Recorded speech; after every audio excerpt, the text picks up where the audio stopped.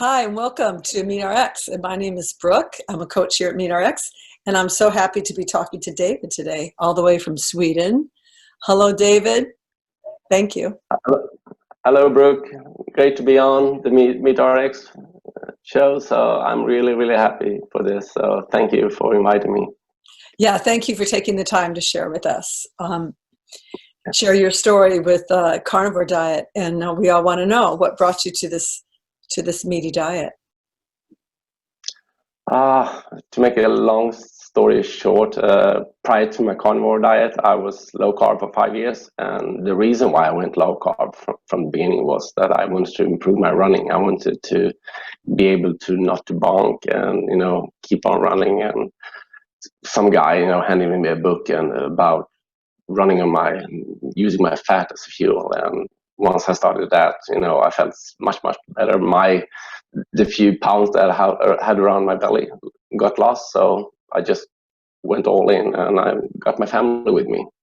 And then like 5 years later, this crazy doc on Twitter, Dr. ShawnBaker, was speaking about an all meat diet and, give it a try for 30 days. I think he was actually talking about 90 days at that time. And and then I suddenly remember what my old grandfather used to say, if you don't have proper meat, enough meat on the table when you're dining, it's not a proper meal, because the most nutritious part of the dinner is the meat. So, and that, caught my attention. And I told my wife, I'm going to give this a try for 30 days. And she said, you're not getting my support, but well, I did it anyway. And just after five or 7 days, I noticed huge change with some issues that I had. And after 30 days, I gave it a try. I felt great, and I stopped. And when I brought the veggies back, they just came back straight away. That's my short story of my transition to the carnivore diet. What were those specific symptoms that plants changed? I had rashes, like rosacea in my face, small blisters. It was itching. It felt like I had an alcohol problem. I was rather red in my face all the time, and it was itching. And when I looked at myself in the mirror, it felt like I had an alcohol problem. When you see someone who's drinking lots of alcohol, booze, you notice that red tone in the face, on the nose, on the cheeks. That's how I felt. And as soon as I cut out the veggies, just after 5 days, the rosacea, I think it was rosacea, or just those kind of symptoms anyway, and they just vanished.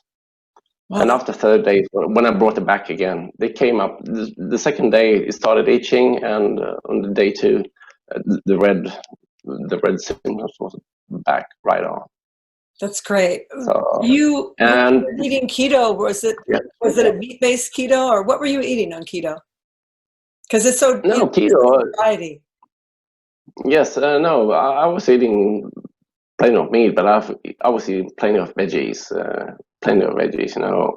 All keto veggies above ground, with good healthy oils, olive oils, no bad oils, like I want to call them shit oils. I don't, I don't touch them at all. So, but lots of veggies and actually my symptoms first arrived after I gone keto back in, I think they started out in 2014. Then I've been keto for a year.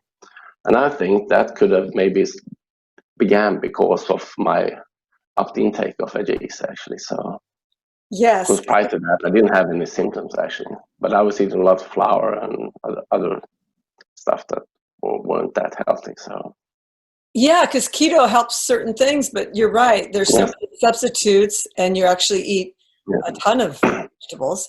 There can be all kinds of extra problems, more problems. Yeah.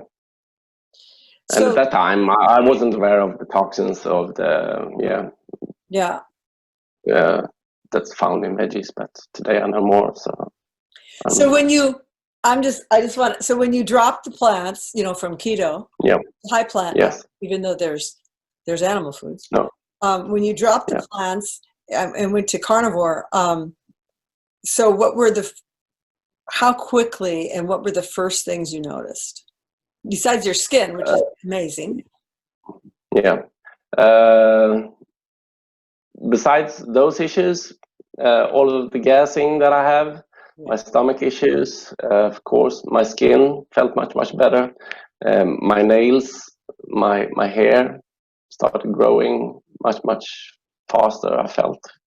And maybe slightly, yeah, it feels like I still have some gray hair left, but it doesn't feel like I have that much as I used to. And it came rather early.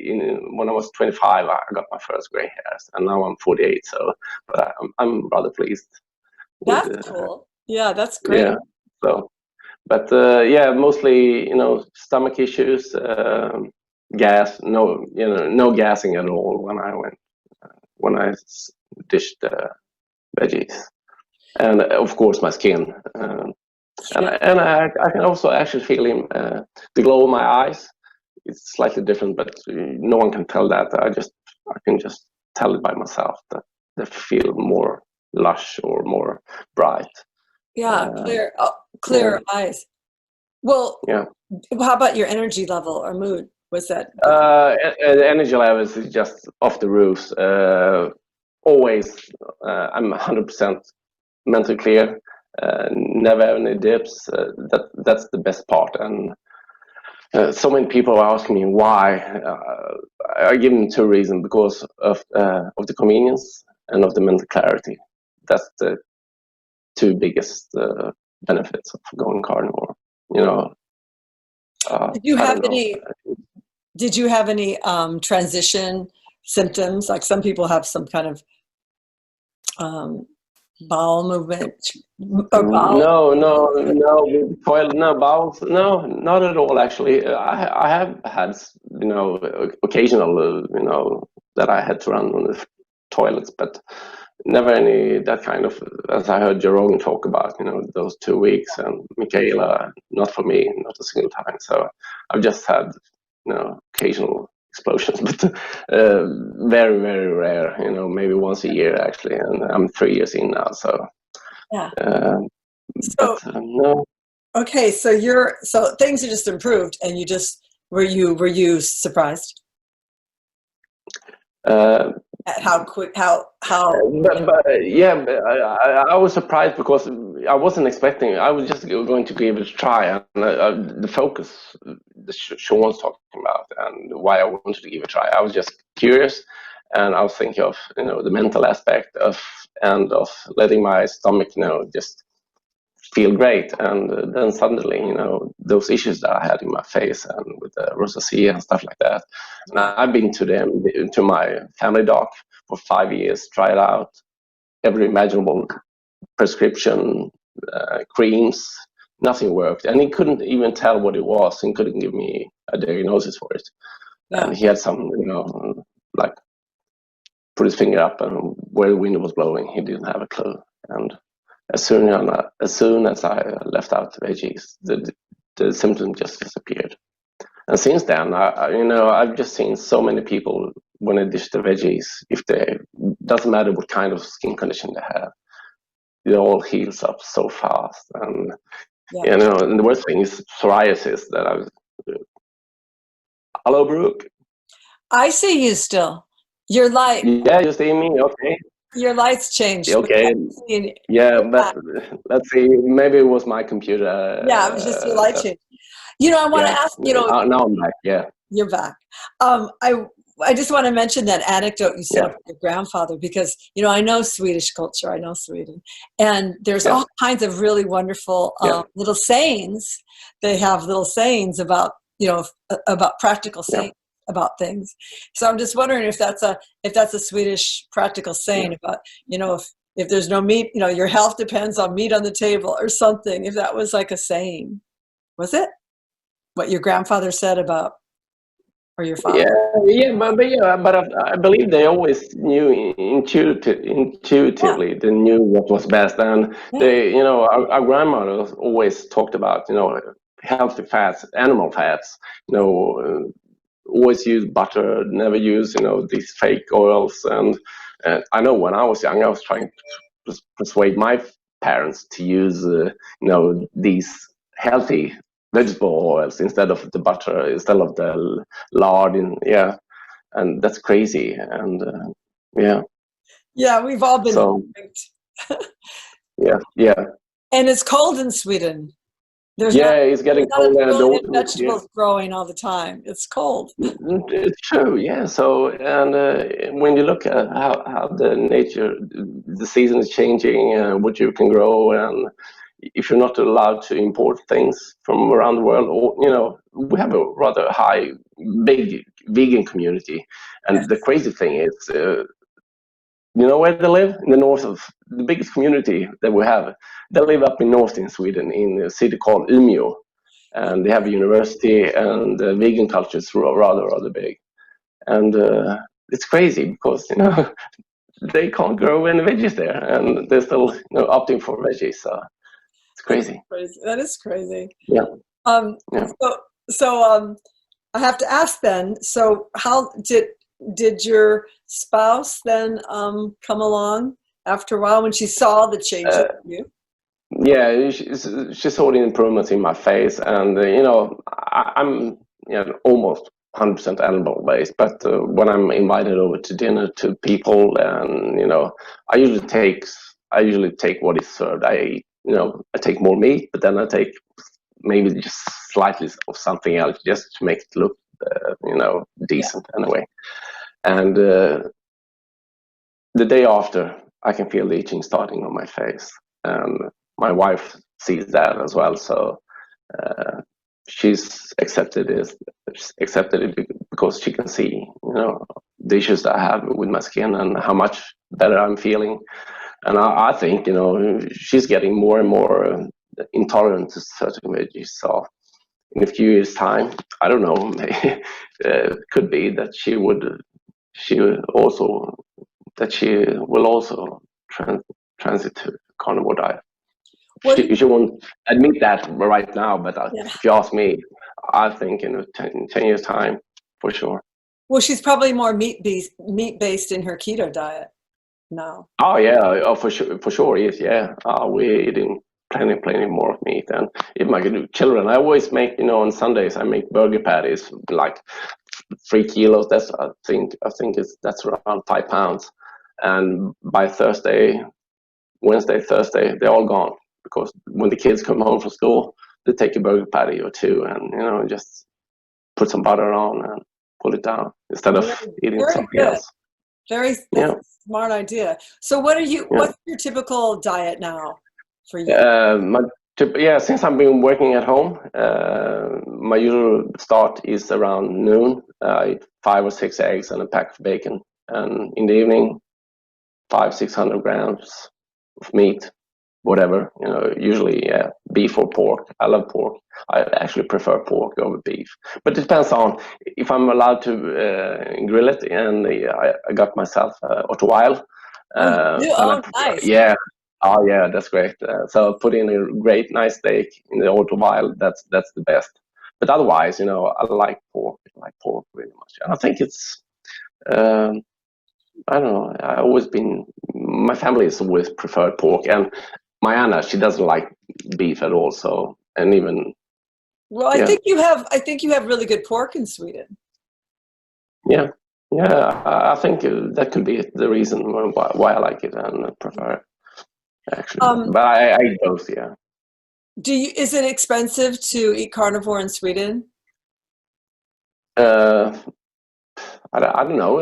I guess our monthly bill is slightly higher than it was previously, but not due to meat. I don't eat 3-4 times a day, and the veggies, they are rather important, expensive, because we can't grow them here. We can grow kale during the summer, but then all of the other veggies, salads, and have to be imported. They're rather Yeah. And you have to eat it in bulk, you know, a big masses to get full. So When you can you buy beef from a ranch there?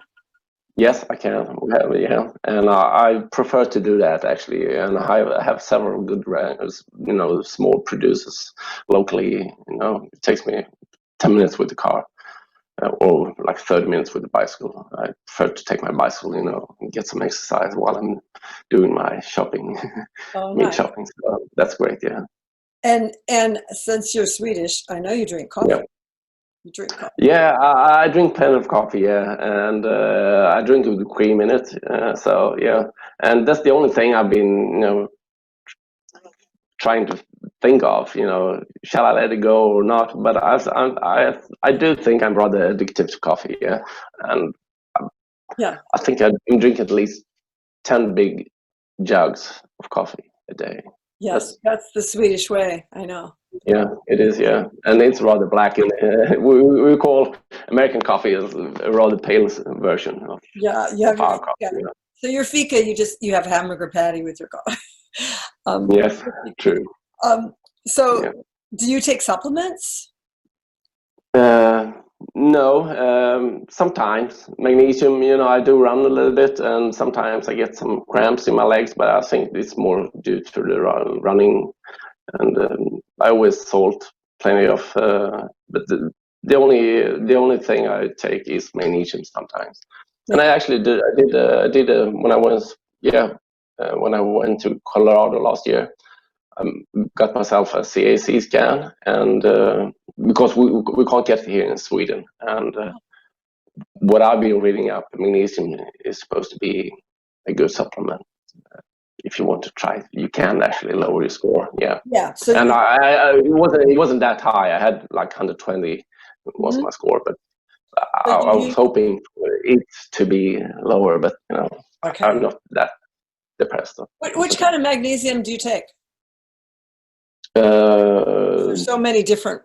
I'm buying Vinnie Tortorich, you know, the NSNG guy from him. I mean, there's like magnesium citrate. There's magnesium malonate. You know, there's different magnesium. Yeah, no, I think he has two different strands of them in his capsule, but I haven't looked into it too much. So you take some electrolytes, you keep your salt up because you're still running, you still run a lot.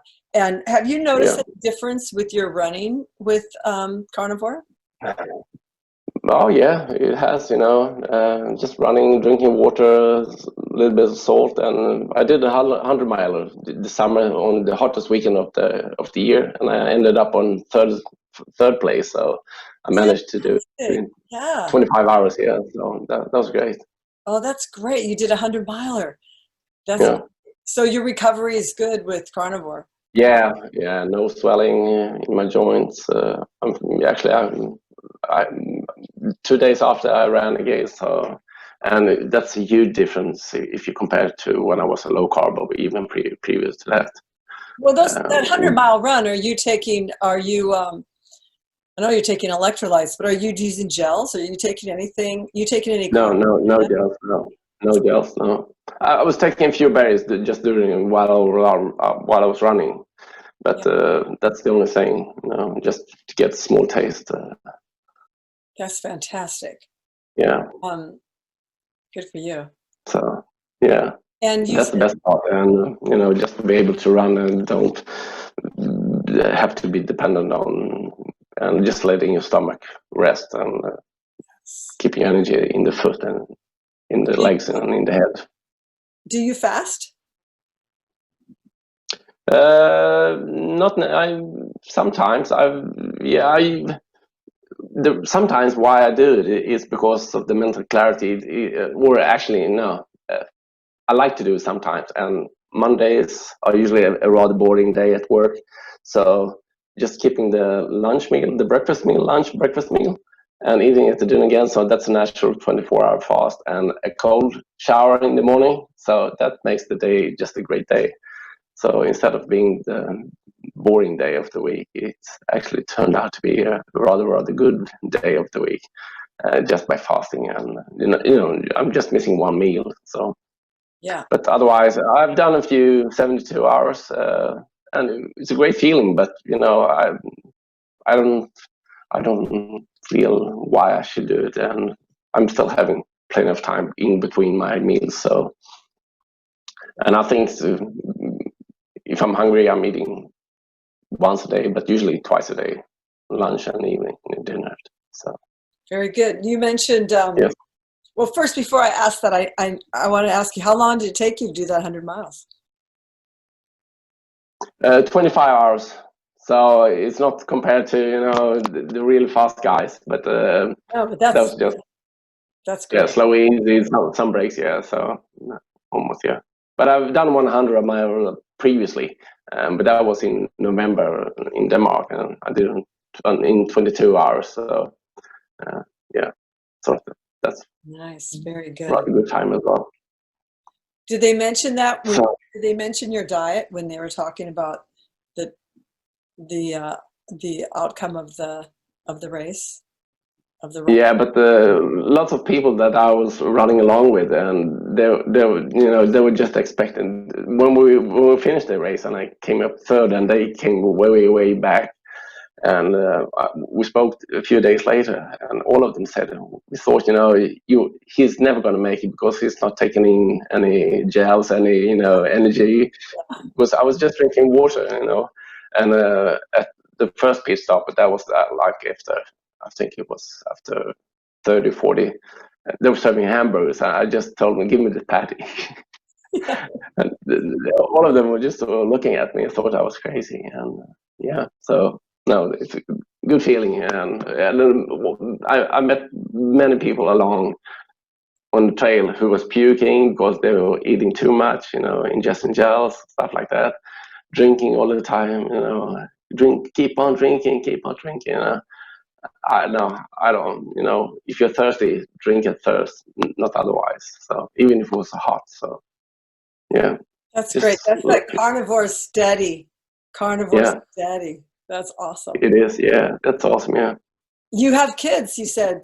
So yes. Children they probably eat a lot of meat too. They eat a lot of meat, yeah, and they love meat as well. And always when he comes home from school, sometimes they serve a pure vegan or vegetarian meal. He's always disappointed, so he always comes home, he's hungry, and we always have, we have salami in the freezer. There's always burger patties, so he can always have a salami stick, just until the dinner gets there, and they for sure know that meat belongs to make us thrive as people, as human beings. And the youngest one, actually, he's just been into he's qualified to be in the national team, boy 16, and that's soccer. So soccer is big here in Europe. That's great. And yeah, South America. So he's joined that team. So I always keep talking with him, don't listen to those nutritionists who are working within the soccer or, the average, whatever sport, because they're always talking about carbohydrates, Just trust me, eat your meat, yeah. Your bacon, eggs, that's all you need. And he always says, when I make him, I usually eat 5 or 6 eggs and a pack of bacon in the morning or whenever I eat. And when he wants eggs and bacon, he usually has 4 eggs and a pack of bacon. And he always says, Dad, that's so crazy. When I eat bacon and eggs, I'm never hungry until even dinner. Of course. Great. Satiety. Yeah. Yeah. How popular do you think carnivore is becoming in Sweden? Is it? No, it's still very, very. We have a rather big community here in Sweden. I think 3, 4, 5,000 at least. I think in the Carnivore group there are like almost 3,000 people. But it's getting some attention. I don't know if you heard about. I'm organizing a conference here in Sweden. Yeah, for the European. in Malmo.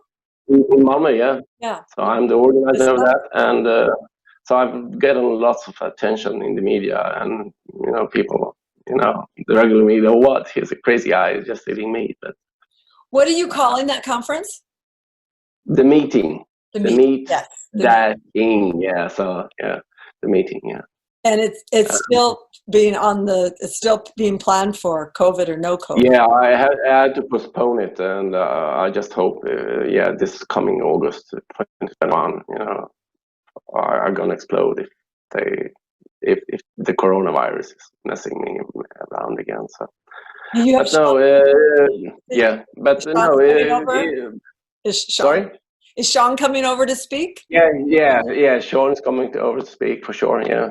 So Amber's coming from the US, and and Peter Ballester from the US as well. So Great. that's my three from America. But I don't know. It seems like we've been into low carb for a rather long time. We used to have Annika Dahlqvist here. She was one of the forerunners for LCHF or low carb. And then we have Diet Doctor, and but I think Carnivore is much more promising than the regular just keto, because it's more healing benefits. Yeah, it's more species specific. Appropriate, diet, yeah. Well, I know that hunting is a really important thing in Sweden and almost Scandinavian countries. So, do you hunt, or you have friends or family? I have a hunting license, but I haven't, because I took it when I was 18, and me and my friends did. But I just bought myself a hunting dog, an Hungarian Vizsla, last year. So I'm training with him, and he's like a dog where he do searches as well. But he's a really great dog, and I'm intending to go hunting with him as well. And here in Sweden, we can only hunt with rifles. You can't hunt with compound bows yet. But they're planning on opening up for that as well. So that would be really interesting. And you can buy reindeer and elk. That's usually really available in Sweden. Yeah, we can. Yeah, and I have friends who are hunters as well. So there's usually no problem of getting and wild boar and When you wild boar too, so when you get reindeer or elk, do you mix it with suet, with other fats? I do, because it's a little bit lean, so you need to mix it up, so that's very common. Yeah, that's great that you can get reindeer. I used to get the reindeer heart all the time. Yeah, when you were up there, I can imagine, and it's delicious, Yeah. Well, this is so great. It's so great that okay, Brooke, you're such a good ambassador to the carnivore diet for Sweden, and I'm so thrilled and proud to hear that you're going to have that meetup there. Yeah, it's going to be really fantastic. Yeah, I'm really hoping it's going to be a great thing. We all need to get together. We need to educate the masses. I have like 850 seats, and 100 seats are, just booked for, and I'm going to give it away for free to politicians, to journalists, to other influencers, because we need to make an impact. We need to show people who wants to transition to take charge of their own health. That's the main importance. And if people don't want to, don't bother. It's going to be more meat for me and my family. But what's the date? So what's the date of that? 13th to the 14th of August 2021. Yeah. Oh, so nice. Yeah. And it's great that you're in the MeatRx community. Do you use MeatRx very much? No, I just haven't had time for it. Because I've been supporting Diet Doctor previously, and I chipping in $10 every month. I would just do it for the cause. And I just haven't had the time yet, but I check in regularly and look at. But I want to become a member because just for the cause, we need to join. Do this together and help each other out. So Yeah, it's such a thrill to see how people are thriving. Yeah, that's amazing. Yeah, I'm currently working on 3 buddies here who want help, and they're doing great. And trying to coach them, and I'm turning them to the Meet RX. Because that's the best place to go to if you want. Besides, they're having me for but it's important to have community and be among like-minded people and stuff like that. So, yeah, the support, the supportive. Yeah. Well, Yeah, it is. Thank you so much for taking the time and sharing with us everything you're up to over there in Sweden and your success there. Great. Brooke, I'm happy to be along and that I could contribute a little bit. And just thank you for inviting me once again. And I hope some people will find this interesting. Yeah.